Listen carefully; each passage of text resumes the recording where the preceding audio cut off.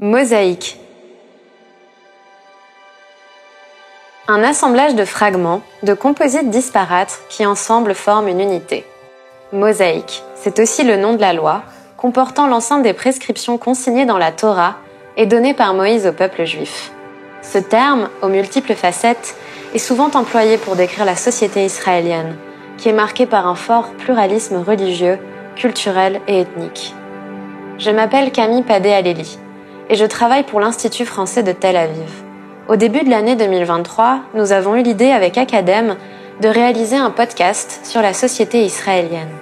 À cette époque, la société civile est fortement mobilisée, en réaction à la nouvelle configuration politique du pays, résultant d'une alliance du gouvernement avec des partis issus de l'extrême droite.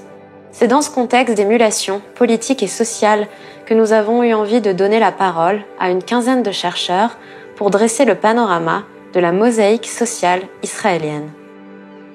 Le podcast que vous allez écouter a été conçu comme un objet de vulgarisation scientifique.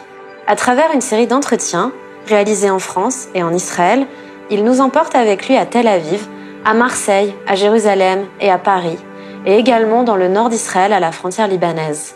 Chaque épisode s'intéresse à un sujet de société traité par un ou une spécialiste de la question.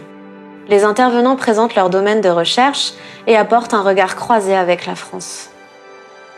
En explorant les sujets de l'ALIA, des périphéries, de la diplomatie gastronomique ou bien encore des technologies dites cachères, ces voix nous font découvrir Israël sous le prisme d'une analyse plurielle et académique.